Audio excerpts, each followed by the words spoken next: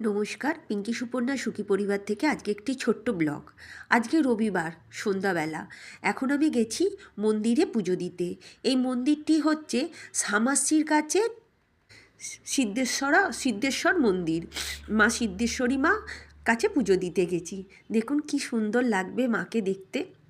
আমার তো দেখে মনটা ভরে গেছে। দেখুন কি ভালো লাগছে, খুব ইচ্ছা হলো, তাই গেছি মায়ের কাছে পুজো দিতে। মাকে পুজো দিচ্ছি এখন। আমার মায়ের নামেই পুজোটা দিয়েছি। খুব মনে হলো মায়ের নামে একটু পুজো দিই, এবং বাড়ির সকলের নামেই পুজো দিয়েছি। চলুন, আমার পুজো দেওয়া হয়ে গেছে, এবার বাড়ি যাই। আর বাড়ি যাওয়ার পথে কিছু কিছু জিনিস কেনাকাটি করব, সেগুলো আপনাদের দেখাই কি কি কিনেছি। কি কপি কত করে দাম? এই ফুল ভালো হবে তো কপিগুলো? নাম্বার 1। বাহ, ঠিক আছে। তারপরে ফুলকপি ঠিক করে বলো কত দেবো। একটু হেঁটে এসে এই রেস্টুরেন্টটা হচ্ছে শিবা, পুরো সামাসি সিনেমা হলের উল্টো দিকে।